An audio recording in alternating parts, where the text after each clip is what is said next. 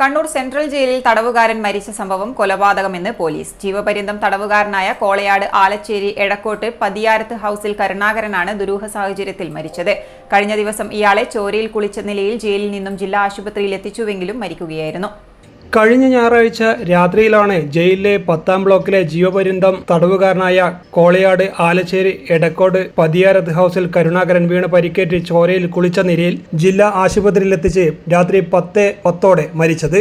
തലക്കേറ്റ അടിയാണ് മരണത്തിന് കാരണമായതെന്നാണ് പോസ്റ്റ്മോർട്ടം റിപ്പോർട്ടിനെ തുടർന്ന് നടത്തിയ അന്വേഷണത്തിലാണ് സംഭവം കൊലപാതകമാണെന്ന് വ്യക്തമായത്.